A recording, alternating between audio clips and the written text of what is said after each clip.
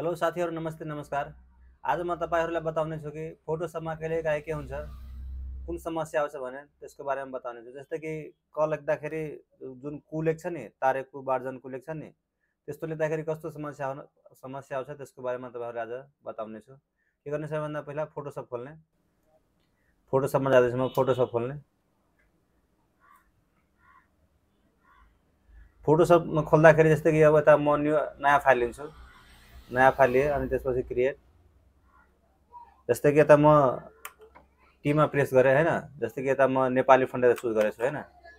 जस्तै चुज गर्दाखेरि चुज यहाँबाट गर्न सकिन्छ। म यता गणेश फन्ट लिएछु हैन। जस्तै कि यता म क को तारे कु लेख्दाखेरि, जस्तै कि म क लेखेँ हैन, क को तारे कु लेख्दाखेरि यस्तो आउँछ। तपाईहरु त्यहाँ हेर्न सक्नुहुन्छ। जस्तै क को बार्जन कु लेख्दाखेरि यस्तो आउँछ। हेर्नुभयो। यो कसरी, यसको समस्याको समाधान कसरी गर्ने, कहाँ के गर्नुपर्ने हैन, हेर्नुभयो। यसको लागि के गर्ने, सबैभन्दा पहिला यता म मुभ टुलमा पहिला सिलेक्ट गरेँ हैन। त्यसपछि के गर्ने, एडिट मेनुमा जाने। यता माथि बाहिर हुन सक्छ एडिट मेनु, त्यसपछि यता प्रिफरेन्स, त्यसपछि यता जेनरल अथवा कन्ट्रोल के दिँदा पनि भयो। यसमा जाने। यो फोटोसप 2023 छ।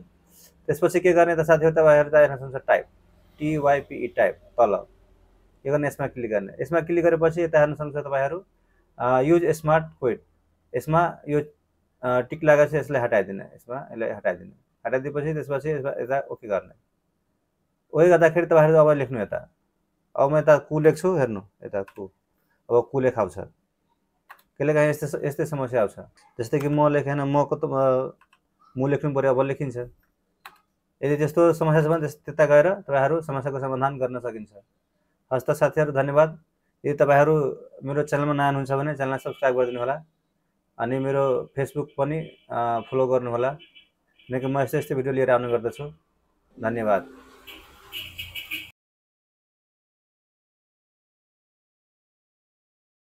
बताउने छु कि फोटोसपमा कहिलेकाहीँ के हुन्छ, कुन समस्या आउँछ भने त्यसको बारेमा बताउने छु। जस्तै कि क लेख्दाखेरि जुन कु लेख्छ नि, तारेकु बार्जन कु फोटोसपमा खोल्दाखेरि जस्तै कि अब यता म नयाँ फाइल लिन्छु। नयाँ फाइल लिए अनि त्यसपछि क्रिएट। जस्तै कि चुज यहाँबाट गर्न सकिन्छ।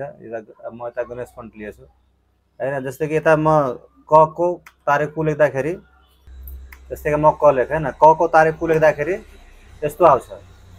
तपाईहरु त्यहाँ हेर्न सक्नुहुन्छ। त्यसपछि यता जेनरल अथवा कन्ट्रोल के दिँदा पनि भयो। यसमा जाने, यसलाई हटाइदिने। हटाइदिएपछि त्यसपछि यता ओके गर्ने। ओके गर्दाखेरि तपाईहरु अब कु लेखाउँछ। कहिलेकाहीँ यस्तै समस्या आउँछ। जस्तै कि म लेखेन, म को